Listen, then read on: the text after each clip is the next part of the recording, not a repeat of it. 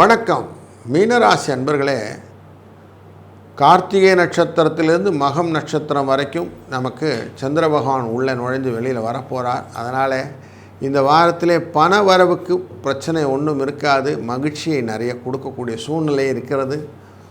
சனி பகவான் உள்ளர வக்கரகதியிலே அமர்ந்திருக்கக்கூடிய சூழ்நிலையில் இருந்தாலும் தன் பார்வையாலே 3ஆம் இடமான முயற்சி ஸ்தானத்தில் பார்க்குறார். அங்கே உட்கார்ந்துருக்கக்கூடிய சுக்கிர பகவான் உங்களுக்கு பண வரவை நிறைய பெற்று தருகிறார்.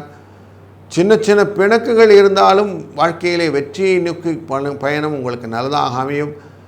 கூட்டுத் தொழிலின் போது இருக்கக்கூடிய அந்த பரிவர்த்தனைகளில் சில மாற்றங்களை ஏற்படுத்த வேண்டிய சூழ்நிலை காட்டும். அதனால் அந்த மாற்றங்கள் ஒருத்தருக்கொருத்தர் கசப்பு உணர்வு இல்லாமல் பார்த்துக்கிறது நல்லது அப்படிங்கிறது தெரிகிறது.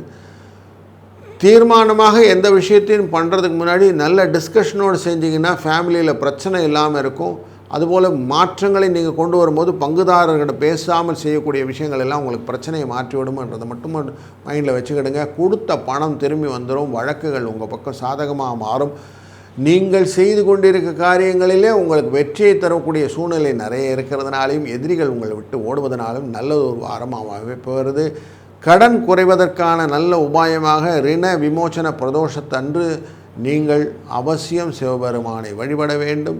அவரை வழிபட உங்கள் வாழ்க்கையிலே கடன் குறையும், வம்பு வழக்குகள் விலகும், உங்கள் எதிரிகள் உங்களை விட்டு ஓடுவதற்குரிய நல்ல ஒரு சூழ்நிலையும் இருக்கிறதுனால இந்த வாரம் இதை பயன்படுத்தி கொள்ளுங்கள். வாழ்க வளத்துடன்.